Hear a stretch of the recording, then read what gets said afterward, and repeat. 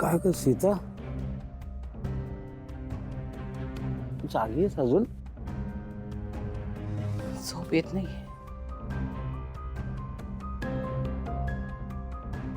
काय झालं आता? कसली चिंता करतेस? आणखी कसली हो, शिवाचीच. मला कळत नाहीये हे संकट आपल्या घरावर आलंच कसं.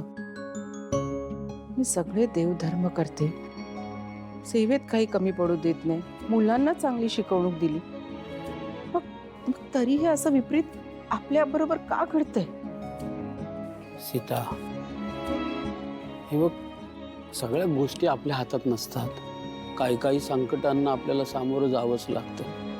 पण यातून बाहेर कसं पडायचं? काळ काळ हे एकच औषध आहे यावर.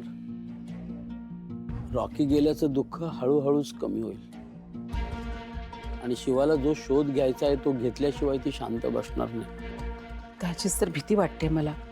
हा शोध घेता घेता जर का शिवाच्या तसं काही झालं ना, तर मी स्वतःला कधीच माफ नाही करू शकत. सीता, मुलगी मानलंय मी तिला. पोटच्या मुलीपेक्षा तिने जास्त केलंय माझ्यासाठी. बघ, तू काळजी करू नकोस. शिवा हुशार आहे, धाडसी आहे, शूर आहे. हो, पण ती रिस्क घेते हेही माहिती आहे आपल्याला. म्हणूनच मी आशूला सांगितलंय, पोलिसांची मदत घेऊनच तुम्ही हे शोध कार्य करा. ऐकेल ती. आणि बघ, अशा वेळेला आपणच खंबीर राहायला हवं. आपणच धीर सोडलं तर मुलं खचून जातील.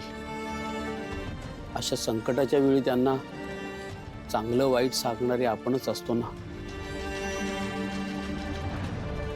आणि बघ, तू तुझ्या देवावर विश्वास ठेव, सगळं व्यवस्थित होईल. झोपा तुम्ही. तू पण झोप. हो. पाणी देऊ का तुला? नाही, नको आहे.